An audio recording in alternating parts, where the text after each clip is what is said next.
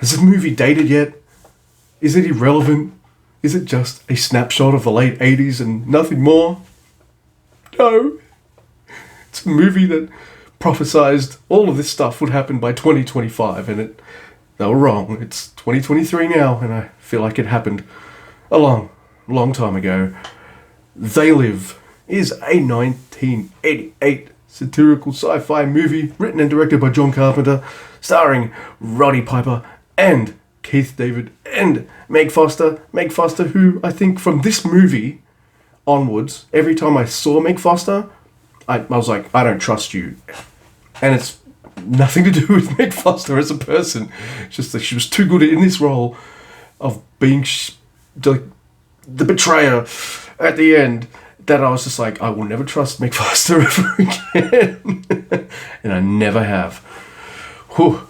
I didn't when I first saw this movie. Maybe on VHS when I was a kid, and I certainly don't now as a early 40-something-year-old adult. So, yeah. Sorry, Meg Foster.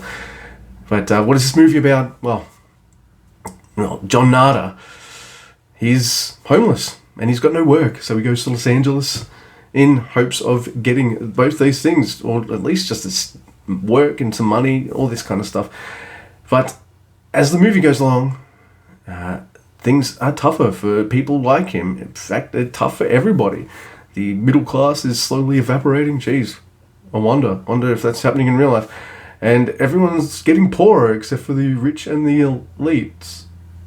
Wait, is this a movie?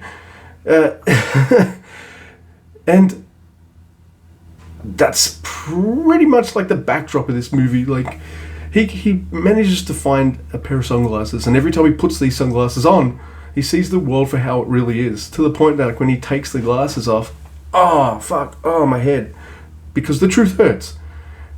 When the glasses are off, you see how they want you to see reality. When you put the glasses on, you see reality for what it really is. And they want you to consume, they want you to marry, reproduce, they want you to sleep. They don't want you to question authority. For a person that loves The Prisoner, the 60s TV show like me, this is like that same vein, just told in a completely different way. Like this, it has things in common with that series, even though the genres are completely different and the storytelling.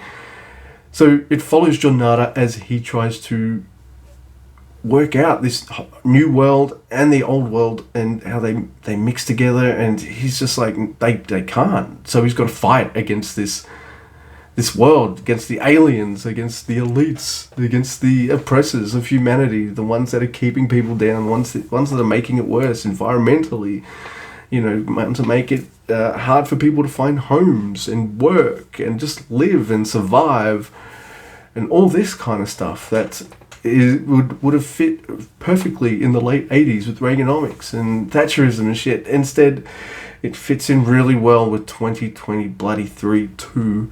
And that's scary. Every time I watch this movie, I'm like, please be dated now. Please be dated and irrelevant and just be a fun little time capsule of the late 80s.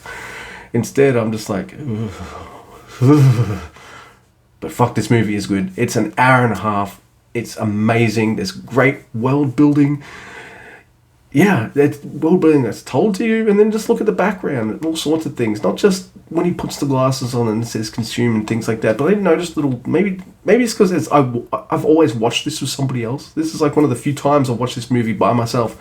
So, and I'm reviewing it, so I'm paying more attention, but never really noticed Nada's wedding before. I never really noticed that every time they take the glasses off, it really hurts. Didn't really notice the subtleties of some of the satire here. And then you got like one of the greatest fight scenes in movies. It's Roddy Piper and Keith David fighting forever. If you're a wrestling fan, you know the chant "Fight Forever." That's these two men in this movie. Boy, do they fight forever.